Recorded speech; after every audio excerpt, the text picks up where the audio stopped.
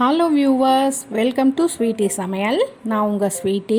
இப்போ பைனாப்பிள் நல்லா ஸ்வீட்டாக கிடைக்கிறதுனால பைனாப்பிள் வச்சு பச்சடி செய்யலாம். வாங்க வீடியோக்குள்ளே போகலாம்.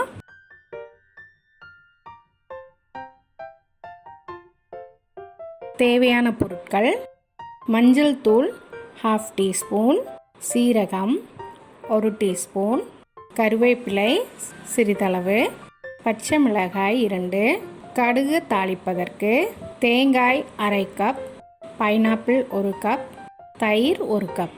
புளிக்காத தயிராக இருக்கணும்.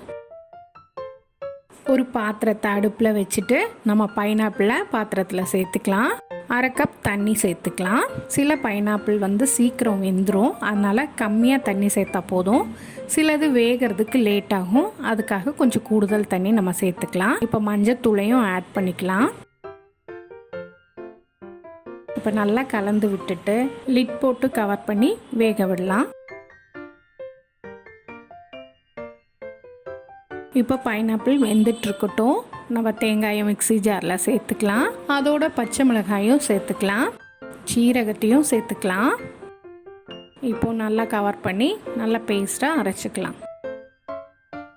பைனாப்பிள் கொதித்த உடனே நம்ம உப்பு சேர்த்துக்கலாம். தேவையான அளவு உப்பு சேர்த்துக்கோங்க. இப்போ நல்லா கலந்து விடலாம். இப்போ நம்ம பைனாப்பிள் செக் பண்ணி பார்க்கலாம். இன்னும் வேகலை, அதனால் லிட் போட்டு கவர் பண்ணி திரும்பவும் வேக விடலாம்.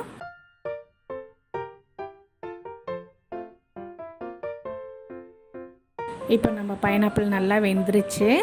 அதோட தேங்காய் பேஸ்ட் அரைச்சதையும் சேர்த்து கலந்து விடலாம். கொஞ்சமாக தண்ணி சேர்த்துக்கோங்க. அதிகம் தண்ணி ஆயிருச்சுன்னா டேஸ்ட் கம்மியாயிரும். நல்லா கலந்து விடுங்க.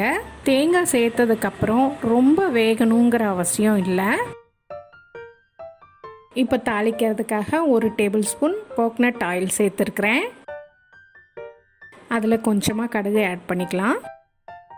அதோட கொஞ்சமாக சீரகத்தையும் ஆட் பண்ணிக்கலாம். கறி லீவ்ஸ் ஆட் பண்ணிக்கலாம். இப்போ இந்த பைனாப்பிள் கிரேவியை அதில் சேர்த்து நல்லா கலந்து விடலாம். தண்ணி நல்லா வத்துற வரையும் இருக்கட்டும் அடுப்பில். தண்ணியாக இருந்ததுன்னா டேஸ்ட் ரொம்ப கம்மியாக இருக்கும். நம்ம பைனாப்பிள் பச்சடி எல்லா ரைஸோடவும் ரொம்ப டேஸ்டியாக இருக்கும். நீங்கள் வீட்டில் ட்ரை பண்ணி பாருங்கள், கமெண்ட் பண்ணுங்கள்.